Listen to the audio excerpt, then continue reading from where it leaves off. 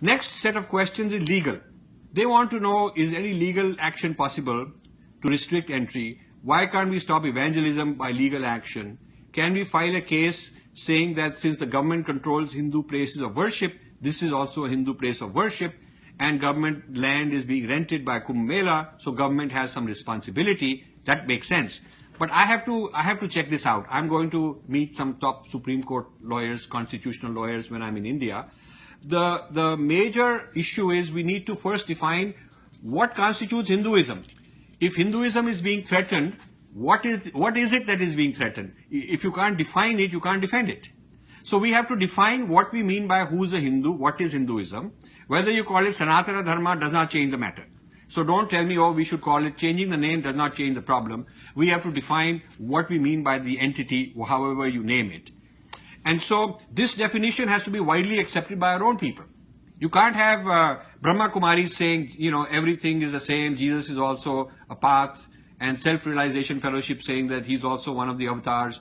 You cannot have some people saying things which plays into the hands of the evangelists. They can say, okay, by your own authorities, by your own leaders, it's okay for us to go and preach. And what is wrong if we are doing, we are calling it Jesus Ganga and Jesus Shnan, we are going to have, So how can we stop that if our own people are not united on understanding the basic concepts? So the question is, if I were to ask someone to take legal action, they will say, who's the client? Who's the client? You need a client. So I, as a random Hindu, cannot be a client. We need lakhs of people in a petition. Lakhs of people. Now, right now, I have 1.5 lakh followers. We should have 10 times as many. You should help me get more followers.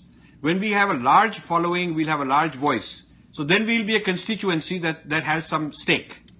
Secondly, I want the leaders in various Hindu organizations to join me. So another thing I'm going to do in this trip is to meet a few senior people. I've sent out feelers to see if they're available.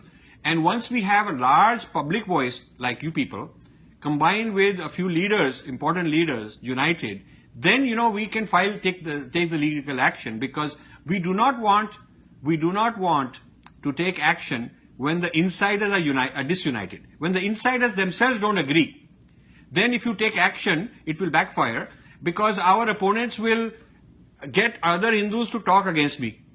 It's not difficult to find such people.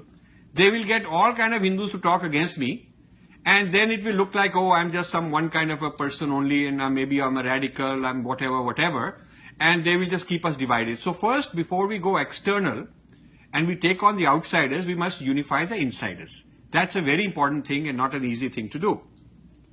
So getting our own leaders on board is a prerequisite before we can take legal action. Otherwise, they'll bring witnesses. The opposing side will bring witnesses who are is on grassroots support for my work.